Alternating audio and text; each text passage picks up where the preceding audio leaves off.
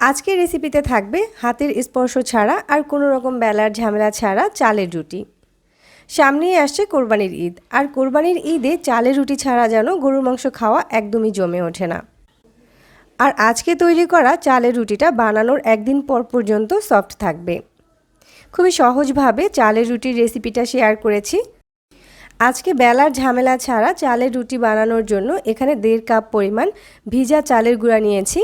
চাইলে এখানে শুকনো চালের গুঁড়াটাও ব্যবহার করতে পারবেন। 1/4 কাপ দিয়ে দিচ্ছি ময়দা। ময়দাটা ব্যবহার করলে চালের রুটিটা অনেকক্ষণ পর্যন্ত সফট থাকবে। লবণ দিয়ে দিচ্ছি 1 চামচ। 2 টেবিল চামচ দিয়ে দিচ্ছি রান্নার তেল। এরপর দিয়ে দিচ্ছি 1 কাপ পরিমাণ কুসুম গরম পানি। অবশ্যই এখানে কুসুম গরম পানিটাই ব্যবহার করতে হবে। তারপর একটা হ্যান্ড হুইস্কের সাহায্যে ভালোভাবে মিশিয়ে নিচ্ছি। প্রায় 5 মিনিটের মতো এই ব্যাটারটাকে ফেটিয়ে নিব। আমি এখানে 1.5 কাপের জন্য টোটাল 1 কাপ পরিমাণ পানি ব্যবহার করেছি।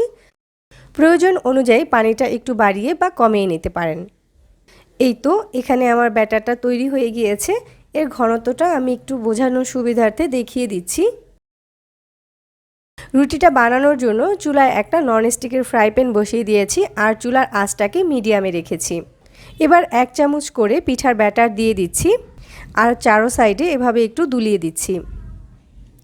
এটাকে কিছুক্ষণ রাখলেই দেখবেন উপরের কালারটা চেঞ্জ হয়ে গিয়েছে। ঢাকনা দিয়েও ঢাকার প্রয়োজন হবে না।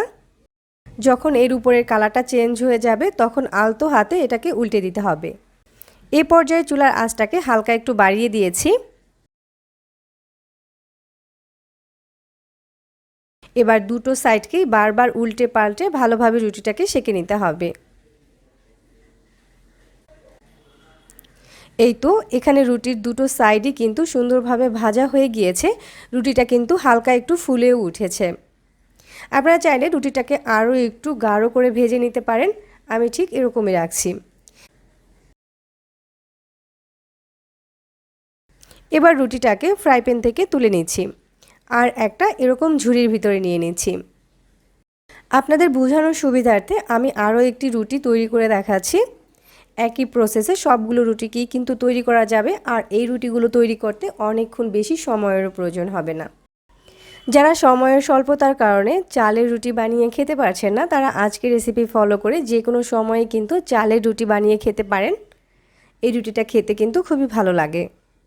এভাবে করে চালের রুটিটা বানাতে চাইলে একটা বিষয় অবশ্যই খেয়াল রাখবেন, যেটা হচ্ছে ফ্রাই প্যানটাকে একেবারে হাই হিটে না করে ফ্রাই প্যানের তাপমাত্রাটাকে একটু কমিয়ে তারপর ব্যাটারটা দিয়ে চারো সাইডে ছড়িয়ে দিবেন। তারপরে চুলার আঁচটাকে বাড়িয়ে দিবেন।